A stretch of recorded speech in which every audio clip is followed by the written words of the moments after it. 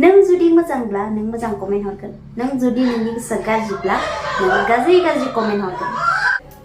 hello everyone welcome back to my channel नोंथांमोनखौ आंनि चेनेलाव गासैखौबो फरायहरबाय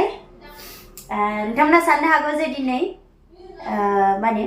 बे ख्रिस्टान मानसियानो माने सिन्दुर फोनदो स' मा ख्रिस्टाना फोननो मोना नामा बेनि ओंथियानो जाबाय नंगौ आं ख्रिस्टाना सिन्दुर फोननो मोनो अके बेयो सियर 100% नाथाय जों मानो फोना बेनोसै आरोना जों सिम्पोल थानो मोजां मोनो जों बेनिखायनो फोना आरोना बहाबा थाङोबाथ' जों फोनो बबेयावबा खिन्थु रेगुलारलि जोङो फोननाय जाया आरोना फोनथारनांगौ बे नङा आरोना स' जेबो बेयावहाय फोननाय फोनैनि खोथा बुंनो फैयाखै जास्ट आंनि ब्लग भिडिअ'सल' आं नोंथांमोनखौ वेलकाम खालामो आरो मोनसे गोनां खोथायानो जाहैबाय आंनि फंबाय बिनानावमोना गोदान चेनेल खुलिगासिनो स' नैबे भिडिअ'नि गेजेरजों जाय साबस्क्राइब नांगौ मदद नांगौ स' बेनि गेजेरजों नोंथांमोना कमेन्ट हरनानै दोन आरोना नोंथांमोननि थाखाय आङो स्पेशल भिडिअ'स लाबोगासिनो आरोना गासैनिसिमबो निउ चेनेल खुलिग्राफोरनिसिम आरोना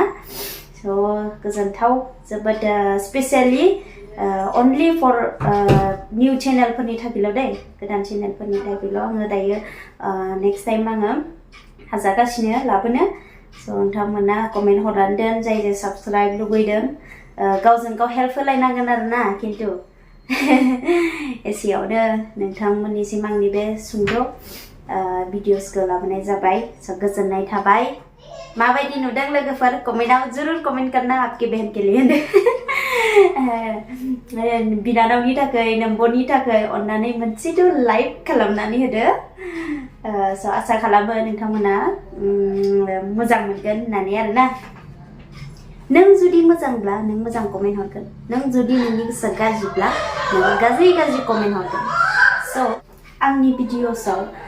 100आव 99%आ मोजां भिडिअ'स हरो नाथाय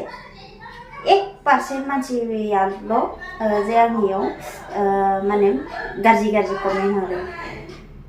आं जोबोद दुखु मोनो मानो बेबायदि बुङो स' सरि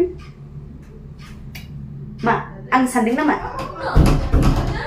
हेट्स कमेन्टनि थाखाय आं दुखु जागोन नङा हाया आंखौ रावबो हेट्स कमेन्ट खालामग्राफोरनि थाखाय आं दुखु जाया